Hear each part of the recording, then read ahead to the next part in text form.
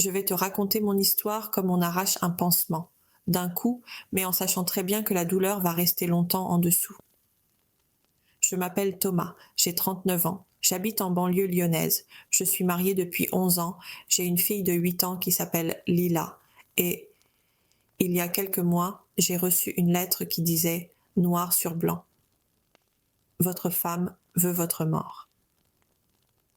Et le pire, ce n'est pas la lettre. Le pire, c'est que j'y ai cru. C'est pour ça que je t'écris aujourd'hui. Parce que je n'arrive plus à vivre avec ce que ça a réveillé en moi. Parce que j'ai failli faire exploser ma famille, uniquement à cause d'un bout de papier et d'un poison que j'avais déjà en moi. Avant la lettre. Si on m'avait demandé, il y a un an, comment était ma vie, j'aurais répondu un truc du genre banale mais heureuse, je crois. Je suis graphiste en agence, CDI, horaires à peu près normaux, un salaire qui paie le crédit du pavillon et les vacances une fois par an à la mer. Ma femme, Claire, est infirmière en réanimation. Je ne te fais pas un dessin. Horaires pourris, nuit, week-end, fatigue accumulée, histoire de patients qui meurent et d'autres qui s'accrochent. Elle rentrait souvent avec ce regard vide que j'ai appris à reconnaître, celui qu'on a quand on a vu trop de choses en une nuit. On s'est rencontrés à la fac, à Lyon. J'étais déjà dans le graphisme, elle en licence de bio, avant de se réorienter. Coup de foudre assez classique. Soirée, bibliothèque, café pas cher, colloque, vie pas chère, mais heureuse. On s'est mariés à 28 et 26 ans. Lila est arrivée 2 ans plus tard. Je ne vais pas te mentir, tout n'était pas parfait. Nos disputes tournaient souvent autour des mêmes thèmes. Sa fatigue, que je prenais parfois pour du désintérêt. Mes horaires flexibles qui faisaient qu'elle avait l'impression que je pouvais toujours m'arranger pour récupérer Lila, faire les courses, gérer les devoirs. Sa mère à elle, un peu envahissante. Ma mère à moi, carrément toxique. Oui, ma mère est importante dans l'histoire, tu verras. Mais malgré tout ça, je n'aurais jamais pensé qu'un jour, la question « Est-ce que ma femme essaie de me tuer ?» traverserait vraiment ma tête, et encore moins qu'elle y resterait. Le jour où tout a basculé. C'était un mardi d'hiver, gris, froid, banal.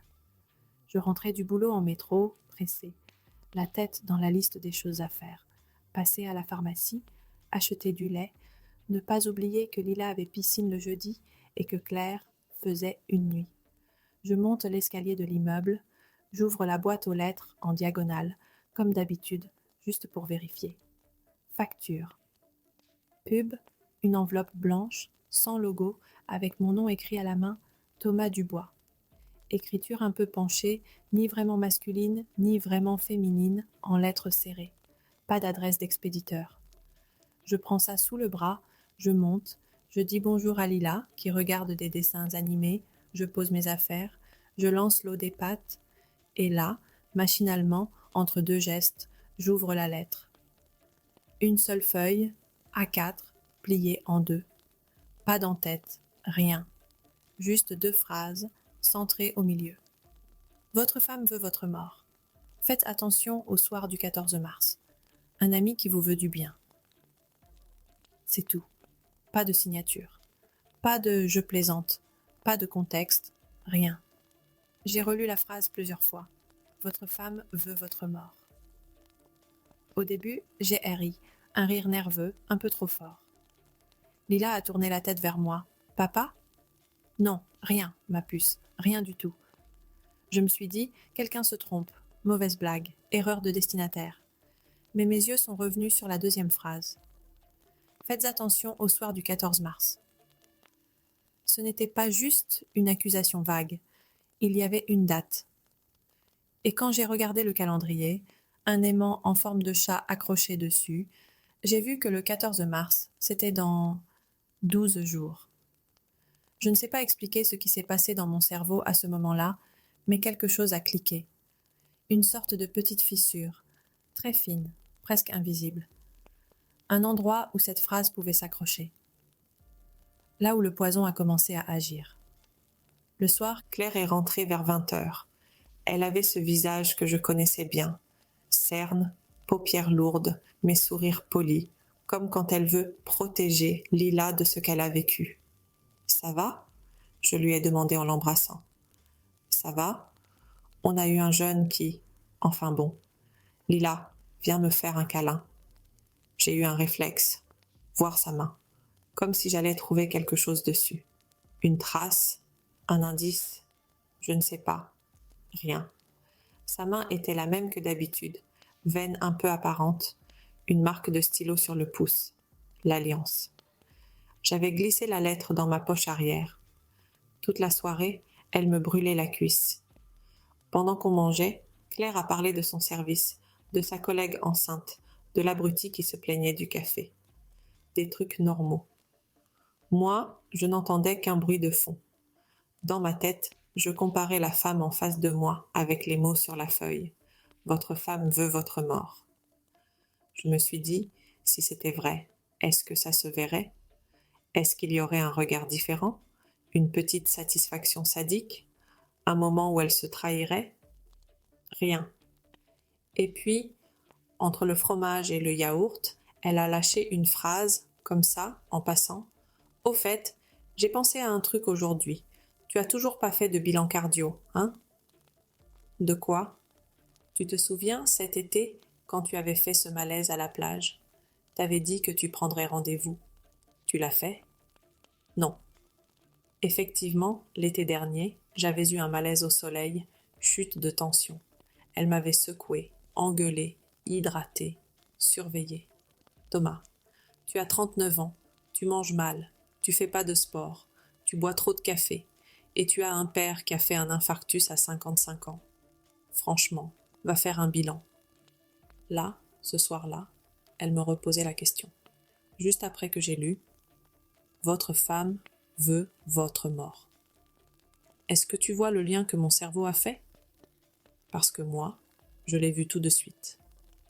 Et c'est là que le poison est entré. Les coïncidences qui n'en sont plus. Les jours suivants, c'est comme si tout ce que Claire faisait passait par un filtre. Le mercredi, elle m'envoie un message. J'ai pensé à un truc. On n'a pas mis à jour l'assurance vie depuis Lila. Faut qu'on regarde ça un de ces 4. Avant, je l'aurais lu comme une phrase de bonne gestion familiale. Là, j'ai lu « On n'a pas mis à jour le contrat qui te rapporte de l'argent quand je crève. » Le jeudi, en rangeant un tiroir, je tombe sur un vieux dossier avec des papiers d'assurance, justement. Sur le dessus, une demande de modification de bénéficiaire, signée par Claire. Je n'avais jamais fait attention avant. Je lis « Souscripteur, Thomas Dubois. Bénéficiaire en cas de décès, Claire Dubois et Lila Dubois à parts égales. Normal. » Mais mon cœur s'est mis à battre un peu plus fort. Le vendredi, elle rentre avec une boîte de médicaments. On a eu plein de boîtes en plus au service. Ils allaient en les jeter. J'en ai récupéré une. C'est pour les douleurs, si jamais tu refais un malaise ou que tu te sens bizarre. Je regarde la boîte comme si c'était du cyanure. C'est quoi ? Un truc pour les arythmies. C'est pas très fort, t'inquiète. Mais ça peut t'aider si tu te sens mal avant de voir un cardio. Je n'ai pas entendu la fin de sa phrase. Dans ma tête, la lettre se superposait à tout. J'avais encore 12 jours. 12 jours avant le 14 mars. 12 jours pour décider si j'étais en train de devenir fou ou pas assez parano. Le soir, chez ma mère. Je t'ai parlé de ma mère. Elle a toujours détesté Claire. Pas frontalement, hein ? Elle est plus subtile que ça. Pour elle, aucune femme n'est assez bien pour son fils. Quand j'ai parlé de notre mariage, elle a pleuré. Quand Lila est née, elle a critiqué le prénom. Quand Claire a repris le travail, elle a insinué qu'une vraie mère serait restée un peu plus longtemps à la maison. Tu vois le genre. Le dimanche, je suis allée la voir, seule. Elle habite à 20 minutes de chez nous, dans un appartement où rien n'a bougé depuis mon adolescence. Nappe en dentelle plastique, bibelot, crucifix au-dessus du lit. On a bu un café, elle a parlé de sa tension, des voisins, de Sarkozy, elle en est restée là. Et puis elle m'a. regardait avec ses petits yeux plissés. Tu as mauvaise mine, toi. Ça ne va pas avec Claire? Je ne sais pas pourquoi, mais la lettre m'est montée à la gorge. J'ai failli tout lui dire. Mais je savais comment elle est. Je savais que si je semais une graine, elle s'en nourrirait pendant des années. Ça va, j'ai juste beaucoup de boulot. Elle a posé sa main sur la mienne, une main maigre, sèche, et elle a dit cette phrase. Tu sais, mon fils, même dans un couple, il faut se méfier. On ne connaît jamais vraiment les gens. Parfois, ceux qui dorment à côté de nous sont ceux qui nous veulent le plus de mal. Je te jure que je n'invente rien. J'ai senti un frisson me remonter l'échine. Je l'ai fixé. Pourquoi tu dis ça? Comme ça. J'ai vu des choses, moi. À mon époque, les maris qui trompent, les femmes qui manipulent. On croit qu'on partage sa vie, et en fait on partage son lit avec un étranger. Elle a haussé les épaules. Fais attention à toi, c'est tout. Je suis repartie de chez elle avec l'impression qu'un piège se refermait. Et une question a commencé à tourner en boucle. Et si la lettre venait d'elle? C'était son style. Anonyme, dramatique. Pour ton bien, mon fils. Je me suis dit que c'était probablement ça, que c'était sa manière de me monter contre Claire, encore une fois.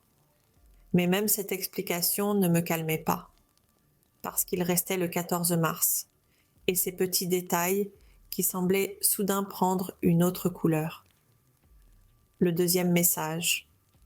Une semaine avant le 14 mars, j'étais presque décidée à jeter la lettre et à tout oublier. Presque. Je rentrais du boulot. Je m'arrête à la boîte aux lettres. Réflexe. Rien. Je souffle, soulagée. Le soir, je vais à la salle de sport. Une bonne résolution de janvier que je tenais à moitié. Je me change, je pose mes affaires dans le casier, je commence ma séance. Au bout d'une heure, je reviens pour récupérer mon téléphone. Et là, posé sur mon t-shirt, dans le casier fermé à clé, il y avait un post-it jaune. Juste un post-it. Avec écrit dessus, au stylo noir, « Tu ne me crois toujours pas ?» Mon sang s'est glacé. Il n'y avait pas mon nom. Pas de signature. Juste cette phrase. J'ai regardé autour de moi. Des mecs qui se changent, qui rigolent, qui se douchent, qui tapent dans des sacs. Personne ne me regardait. J'ai vérifié 3 fois. Oui, c'était mon casier. Oui, je l'avais fermé. Non, je ne l'avais pas mal vu. Quelqu'un avait réussi à ouvrir mon casier, à déposer ce post-it et à refermer derrière. Là, tu comprends que mon cerveau a basculé dans autre chose. Je ne pouvais plus me dire « c'est un hasard, une erreur, une blague, une parano ». Quelqu'un savait qui j'étais, quelqu'un me suivait, quelqu'un voulait que je croie, dur comme fer, que ma femme voulait ma mort. Et pour être honnête, ça marchait.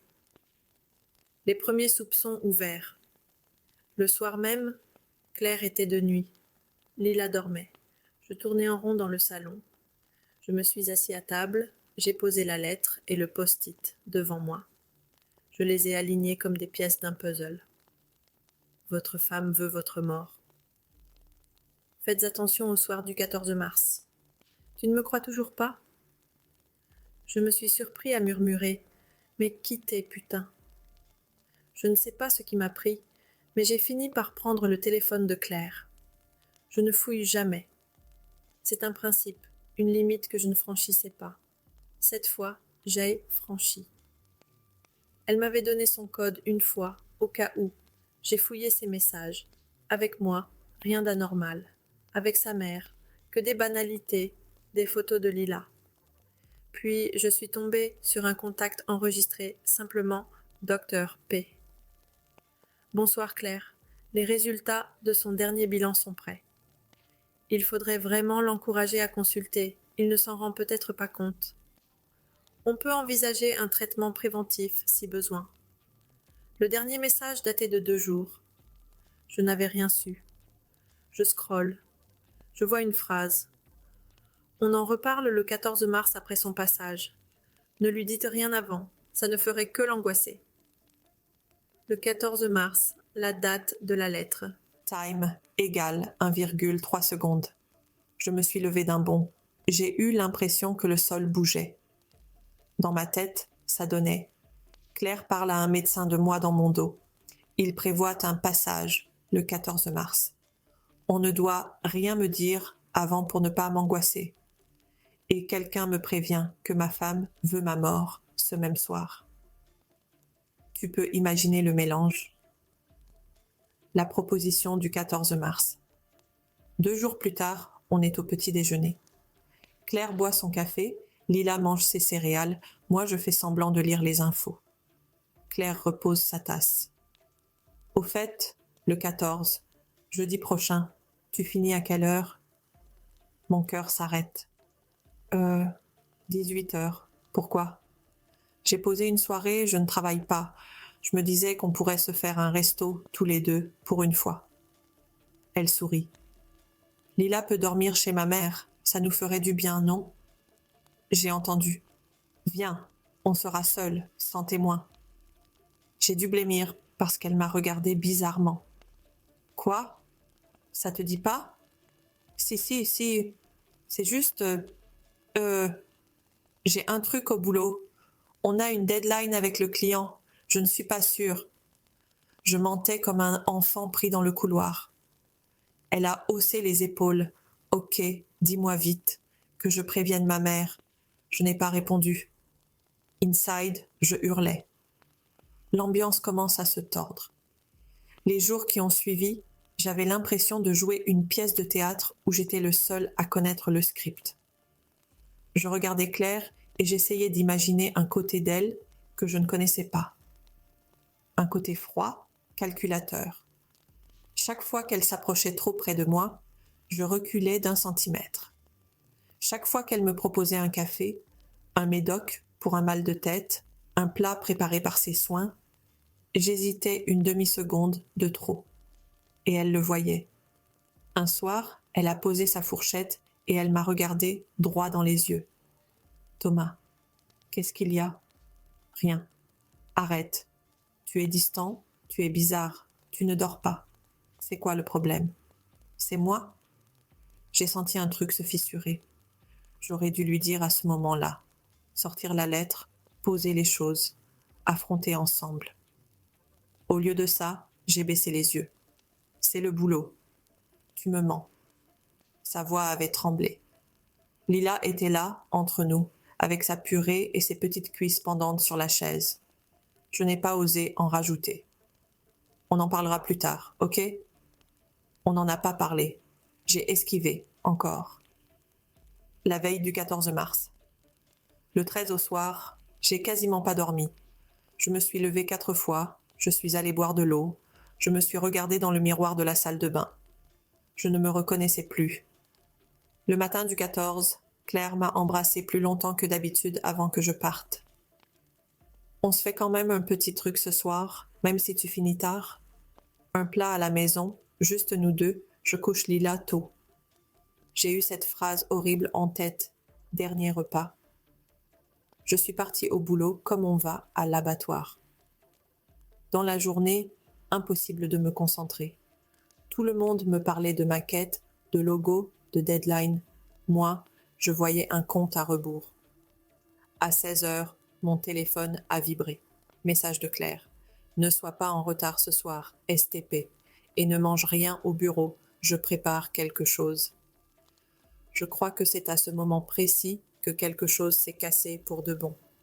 Je me suis entendue répondre. Je ne sais pas à quelle heure je finis, je te tiens au courant. Mais dans ma tête, c'était « je ne rentre pas ». Je suis allée voir mon chef, je lui ai sorti une excuse bidon sur un problème de chaudière à régler en urgence. Et je suis partie à 17 heures au lieu de 18 heures en prenant soin de ne prévenir personne. Je n'ai pas pris le métro. Je me suis mis à marcher dans la ville, au hasard, incapable de décider où aller. Chez ma mère, ce serait lui donner raison avant même de savoir. Dans un hôtel, je n'en avais jamais réservé au dernier moment. Au bureau, déjà parti. Je me suis retrouvée assise sur un banc, dans un square, à regarder les gens promener leurs chiens comme si de rien n'était. Mon téléphone vibrait dans ma poche. Encore et encore. Claire. Tu rentres à quelle heure? Claire. Thomas? Claire. Tu m'inquiètes là. J'ai mis le mode avion. La nuit où je devais mourir. Il devait être 20 heures quand je me suis décidée à rentrer. Ce n'était pas du courage.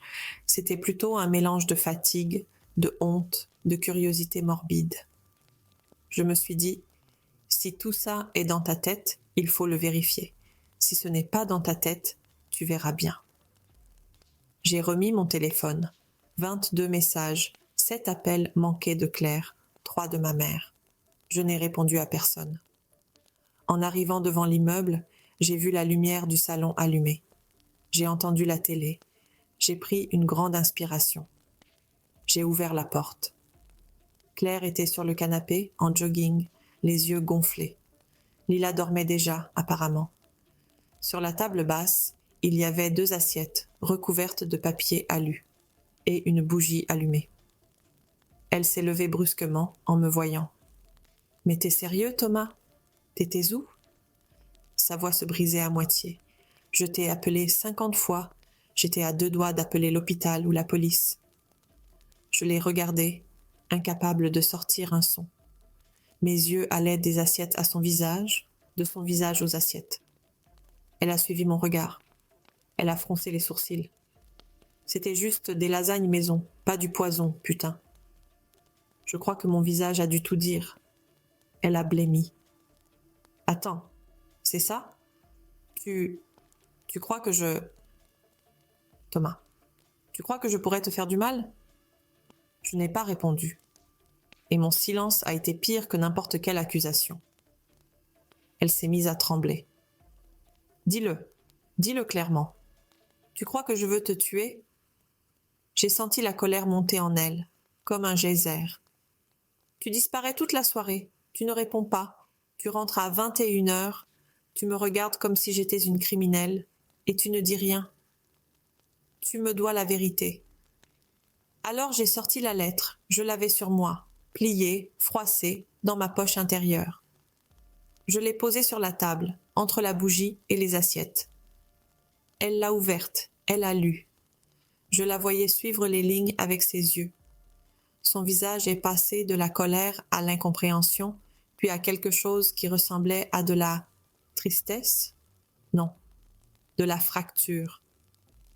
Tu as reçu ça et tu as cru ça? Sa voix était tellement basse que j'ai à peine entendu. Je me suis défendue comme j'ai pu. Il n'y a pas que ça. Ah, il y a d'autres preuves, maintenant? J'ai parlé du casier à la salle de sport, du post-it, des messages au Dr P, du 14 mars, de l'assurance vie, de tout ce que mon cerveau avait relié comme un dingue. Elle m'a laissé parler, sans m'interrompre. Quand j'ai fini, il y avait un silence tellement lourd que j'ai cru qu'il allait nous écraser. Puis, elle a lâché. Tu vas t'asseoir et tu vas m'écouter. Parce que là, tu es en train de me faire plus de mal que tous les patients que j'ai vus mourir en 10 ans. Les explications que je n'avais pas imaginées. Elle a pris son téléphone, a ouvert les messages avec Dr P et m'a montré la conversation en entier. Dr P, c'était un cardiologue, le même qui m'avait ausculté à la plage l'été dernier quand j'avais fait mon malaise.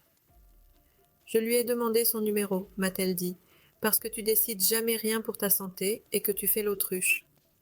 Elle a défilé les messages. Je lisais, en sens inverse. Merci pour votre retour, docteur. Je vais essayer de le convaincre de venir. Oui, il est têtu, je sais, mais je préfère vous consulter que de laisser traîner. On en reparle le 14 mars, après son passage. Ne lui dites rien avant, ça ne ferait que l'angoisser.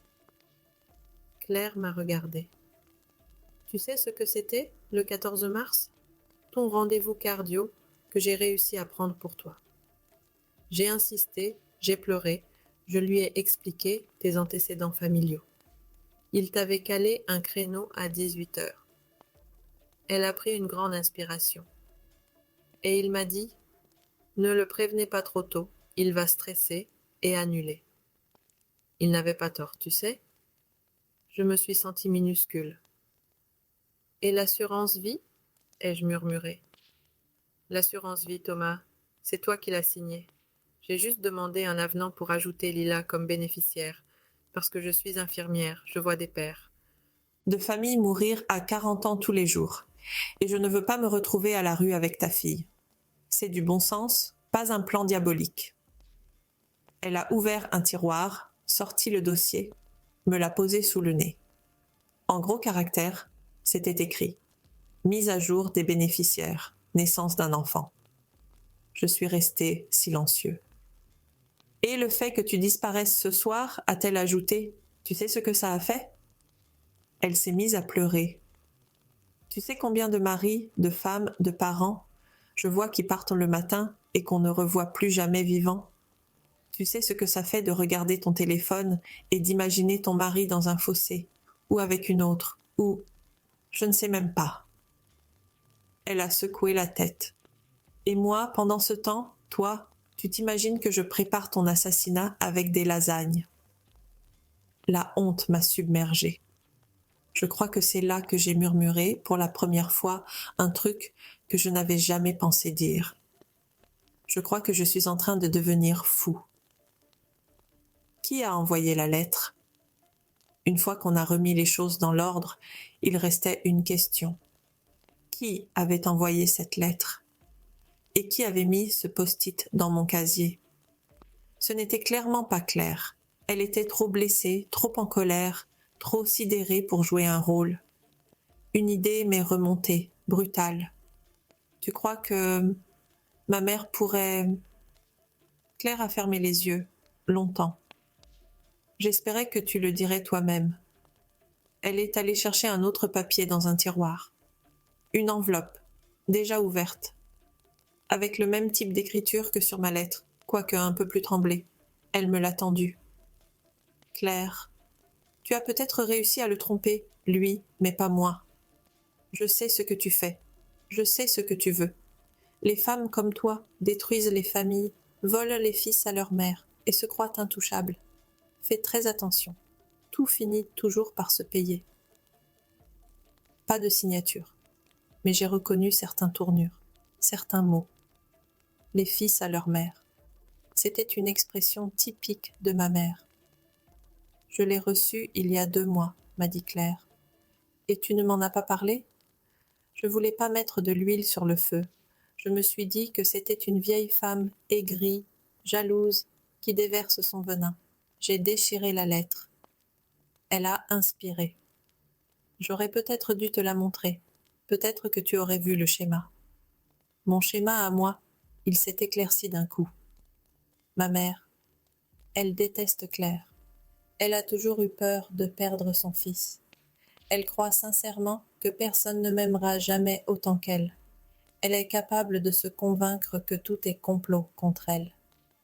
Et surtout, elle connaît mon casier à la salle de sport. C'est près de chez elle, je lui en avais parlé. Elle sait que je fais des malaises, parfois. Elle connaît la date du 14 mars. Elle fouille dans les papiers, regarde les calendriers. Je commençais à voir la scène.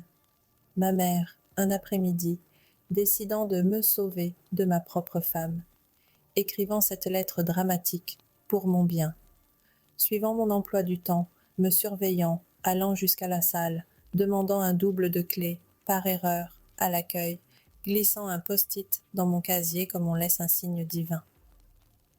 Tout ça, pas pour me détruire, non, pas consciemment, pour m'ouvrir les yeux. Je me suis senti pris entre 2 folies, la sienne et la mienne. La confrontation avec ma mère. Le lendemain, je suis allée la voir. Claire ne voulait pas venir. Elle m'a juste dit « Tu te débrouilles. Mais si tu laisses passer ça, Thomas, si tu fais comme si de rien n'était, je ne te le pardonnerai jamais. Et je ne suis plus sûre de pouvoir vivre avec quelqu'un qui ne me croit pas face à sa mère. » C'était clair. Je suis montée chez ma mère. Elle m'a accueillie avec son sourire habituel. « Mon fils, ça va mieux qu'hier ? Je t'ai appelé, tu n'as pas répondu. J'ai mal dormi, j'étais inquiète. » Hypocrisie ? ou sincère inquiétude mal placée? Je ne savais plus. Je suis allée droit au but. J'ai posé la lettre sur la table. C'est toi? Elle a lu. Son visage n'a presque pas bougé. Qui? T'as écrit ce? C'est toi? Ma voix a dérapé. Elle s'est redressée. Comment tu peux me parler sur ce ton, Thomas? Réponds-moi. Est-ce que c'est toi qui as écrit ça? Est-ce que c'est toi qui as mis un post-it dans mon casier de sport? Est-ce que c'est toi qui as envoyé une lettre anonyme à Claire pour la menacer? Le silence a duré quelques secondes. Puis elle a éclaté. Eh bien oui, oui, c'est moi. Et alors? J'ai eu l'impression que quelqu'un me coupait l'oxygène. Tu te rends compte de ce que tu as fait? De ce que j'ai fait? Et toi, tu te rends compte de ce qu'elle fait? Elle t'emmène chez des médecins dans ton dos, elle signe des papiers d'assurance vie, elle te vole à ta famille, elle t'éloigne de moi, elle te retourne contre moi. Ses yeux étaient brillants, fous. Je ne t'ai pas élevé pour que tu sois le pantin d'une femme intéressée. Tu crois qu'elle t'aime? Elle t'utilise. Une infirmière, tu parles. Elles envoient défiler les hommes fragiles comme toi. Tu n'es qu'un numéro pour elles. Chaque phrase était un coup de poignard à l'envers. Je l'ai regardé, vraiment regardé, comme on regarde quelqu'un qu'on voit pour la première fois. J'ai vu la peur, la solitude, la jalousie, la paranoïa. Mais surtout, j'ai vu une femme qui, en voulant sauver son fils, avait failli tuer son couple. Je lui ai dit calmement, « Tu sais ce que j'ai fait hier soir? » « Quoi encore? » J'ai eu tellement peur de Claire que je n'ai pas osé rentrer manger. J'ai cru qu'elle avait préparé un repas pour m'empoisonner. J'ai cru que le rendez-vous chez le cardiologue, c'était un piège, à cause de ta lettre. Elle a blêmi. J'ai failli faire mes valises cette nuit. J'ai failli quitter ma femme, priver ma fille de son père à plein temps. Tout ça parce que tu m'as planté une idée dans la tête. Elle a commencé à pleurer. Je voulais te protéger. Tu m'as presque détruit. Je me suis levée. Je vais être très claire. Si tu recommences une seule fois à t'immiscer dans ma vie de cette façon, à envoyer des lettres, des messages, à surveiller ou manipuler qui que ce soit autour de moi, je coupe les ponts, définitivement. Je l'ai regardé dans les yeux. Et si tu veux encore faire partie de ma vie, tu vas devoir faire quelque chose que tu n'as jamais fait de ta vie. Présenter des excuses, à moi, à Claire, et accepter qu'elle est ma femme, pas ton ennemie. Elle s'est recroquevillée sur sa chaise. Pendant une seconde, j'ai cru voir une vieille femme fragile, pas un monstre. Mais je savais que si je reculais, elle reprendrait le dessus. Je suis partie. Elle ne m'a pas retenue. Après la tempête, le brouillard. Je ne vais pas te faire croire qu'il a suffi de cette confrontation pour que tout redevienne normal. Claire m'en a voulu, longtemps. Elle ne m'en voulait pas seulement de ne pas l'avoir défendue. Elle m'en voulait d'avoir laissé en moi un espace où cette idée pouvait prendre racine. Tu me connais depuis 11 ans, Thomas. Tu m'as vu veiller des nuits entières sur des inconnus, pleurer pour des patients que je connaissais à peine, me battre avec des médecins pour prolonger des vies, et malgré ça, une lettre anonyme a suffi pour que tu te dises « oui, elle serait capable de me tuer ?» Je ne pouvais pas répondre, parce que la vraie réponse, elle faisait trop mal. La vérité, c'est que cette lettre a mis en lumière quelque chose que je ne voulais pas voir. J'avais des zones de méfiance en moi, des petites fissures de ressentiment, de peur de l'abandon, de complexe, de trucs non réglés avec ma mère, avec mon père, avec moi-même. La lettre n'a pas créé la méfiance, elle l'a révélée. On est allé voir un thérapeute de couple. On a parlé de ma mère, de son emprise, du fait que j'avais appris très tôt à me méfier des femmes, parce que la première d'entre elles m'avait appris que l'amour, ça se paye, ça se mérite, ça se doit. On a parlé de Claire aussi, de ses secrets de bonne intention, les rendez-vous médicaux pris pour moi. De son côté, je gère tout, je n'ai besoin de personne, qui me donnait l'impression de ne jamais être à la hauteur.